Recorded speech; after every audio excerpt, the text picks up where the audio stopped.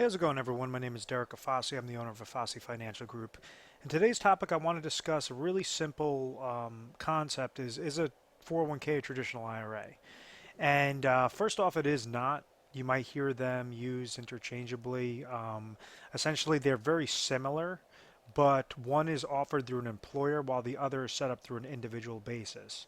So there's ways that after you've sufficed a certain age requirement, or you ended up leaving that specific company that held your 401k, you could actually conduct something known as a rollover into a traditional IRA. So the first bullet point, I say 401k equals employer versus IRA equals individual. What do I mean by that? Well, first off, with the 401k, it's an individual, it's a type of retirement account that's set up through your employer. So a person, I'm going to draw, do the nice ugly illustrations up on the board. You have an individual that's working for a company, and this company says, hey, listen, you're such a great employee. We want you to stay at this company, so therefore we're going to offer you a sort of a retirement account, or we're going to give you access to contribute into one of our retirement accounts known as a 401k. Now, a 401k is set up through a private institution, just like as like a 403b could set up a state would be like a state institution, like a lot of teachers, like a teacher that works for a private a private school might be offered a 401k, as opposed to a teacher that works for the public sector might be offered a 403b. All it essentially is this employee could now take a portion of their money, the portion of their salary that they're getting paid each and every month, each and every year, and place it aside into a retirement bucket.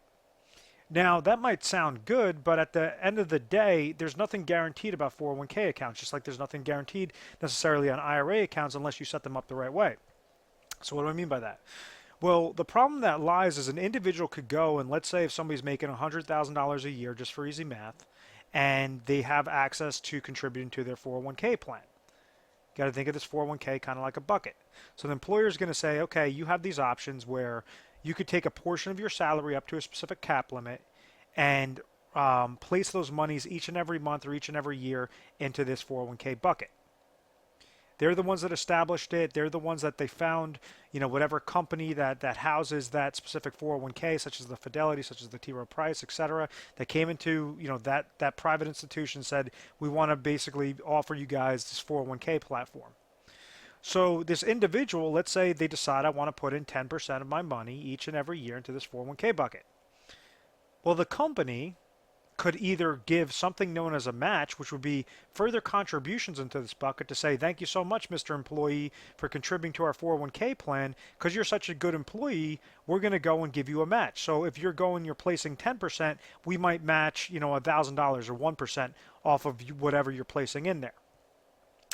So all the contributions, both what you're placing in there and the employer match, if they give you an employer match. Now, unfortunately, a lot of companies have just said, hey, be happy you have a job. We're not going to match you anything. But ultimately, you could set up something known as this defined contribution plan, this 401k related plan, and you're placing dollars aside into this bucket.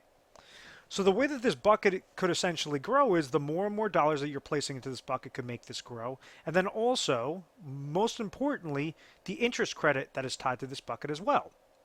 Now, 401k plans typically have something known as mutual funds. So what that means is it's going to be a combination of stocks and bonds. So if you're working for a company, let's say you're in your 30s, and you're placing dollars aside into a 401k account, typically a financial advisor is going to tell you, hey, listen, be more aggressive because the market has always seemed to go up. Mutual funds have always seemed to go up in value. So therefore, be very aggressive now. So even if the market goes down, well, then, you'll have a long time horizon before you actually retire to then, utilize all those uptrends of those mutual funds. So an individual will typically be aggressive. They're placing dollars aside, and what they're seeing is the dollars that they're placing in there, and hopefully a positive interest credit will grow this bucket at the end of the day, at the end of the year. Now, like we've seen in other market years, like such as 2008, there's a huge risk associated there. What I mean by that is if this is interest credit, if whatever that performance of that mutual fund does, if it comes back negative, well, obviously that could make that bucket smaller. So even though this individual could have been contributing for years and years and years, it could have been giving, contributions of $200,000, their account was sitting at $1 million at a time. Well, if this mutual fund performance decides to, go down, let's say it gets hit by 50% or 10%, whatever that case may be, let's say it was 50% like it was in 2008, Well, then at the end of the day, it didn't matter how much more they contributed into that plan. That bucket went from $1 million down to $500,000. So this interest credit can be a good thing, but it could also be a negative thing. And that's something that's so important to understand is, you know, try how to avoid those negatives. And those negatives on a 401k account are not just the mutual fund performance going down, that could potentially go down, but then you also have the mutual fund related fees associated with that 401k account, the 401k miscellaneous fees associated with that 401k account. And then also if you're going to a financial advisor, you know, maybe one that's setting up your 401k plan, he might say, yes, you could utilize my private services. I'm going to charge you an additional fee to monitor this account. So that's an additional fee. So what we constantly see with 401k accounts is we have a lot of fees and we have that downward market loss potential that could negate these accounts altogether, thus resulting in somebody not being able to properly retire.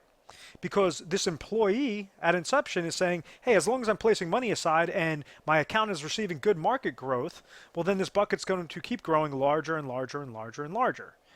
And unfortunately, what we've noticed, especially with the senior market, is individuals were placing their dollars into these 401k related accounts. They were thinking that they were just about to retire, but it was because of these reverse dollar cost averaging effects, such as the mutual fund related fees, such as the advisor fees, such as the 401k related fees, such as the downward market losses, and then they're trying to pull money from this account. So all of these negatives are compound interest are working against that specific account. So this is why, and let me clear off the screen. This is why individuals have not been able to properly retire, because they were throwing their dollars at risk. They were throwing their dollars at something that could potentially go down. Now understand, a 401k could be a great thing, especially if you have a very attractive employer match.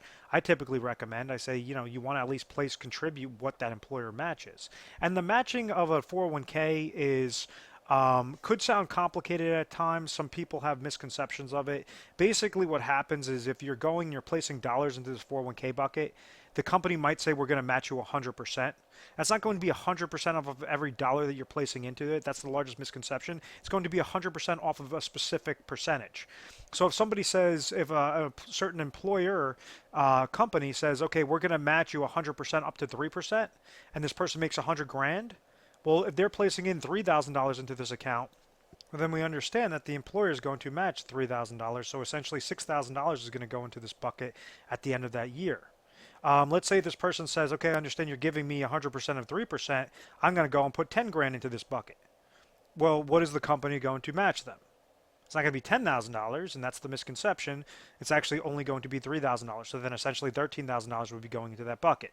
Let's say if they have a 3% match and they have 100% up to 3%, this person wants to put $1,000 into their bucket. Well, it's going to be 100% up to 3%, so therefore they would be placing $1,000 into that bucket. So it's whatever that, you know, whatever 100% or 50% up to a specific match contribution. So that's, I hope that that tackles the concept of the match. So that's why a 401k is good.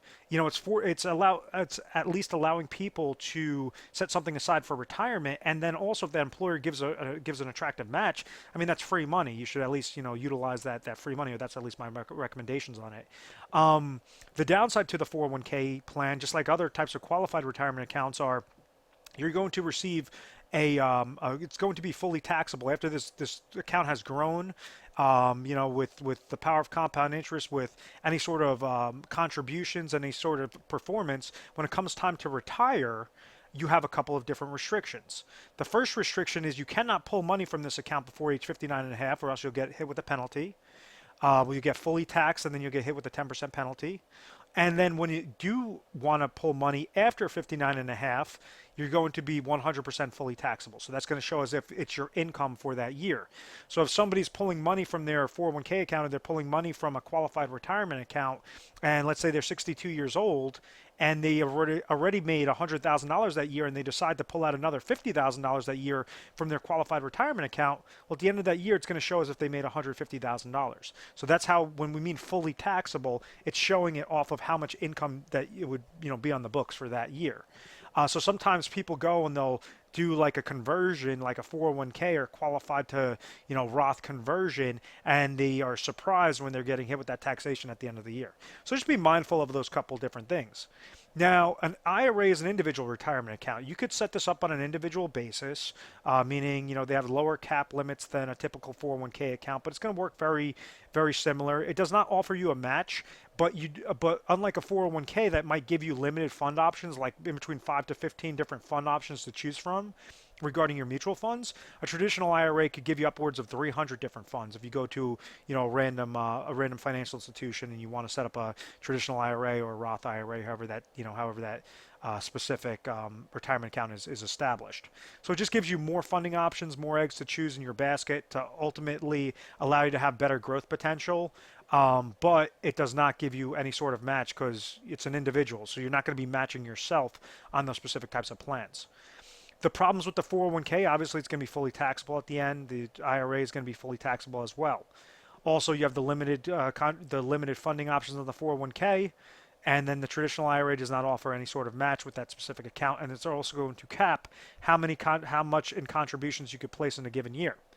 Now, the good things about a traditional IRA, and what we try to help individuals figure out, is as they're nearing retirement. So let's say we have somebody in their 50s or in their 40s, in their 60s, in their 70s, whatever that case may be, and they understand that they're either going to be leaving their employer or they've already left their employer. So now they have a 401k account that's essentially sitting on the sidelines, or they want to gear up for retirement. They know that they're going to be retiring soon.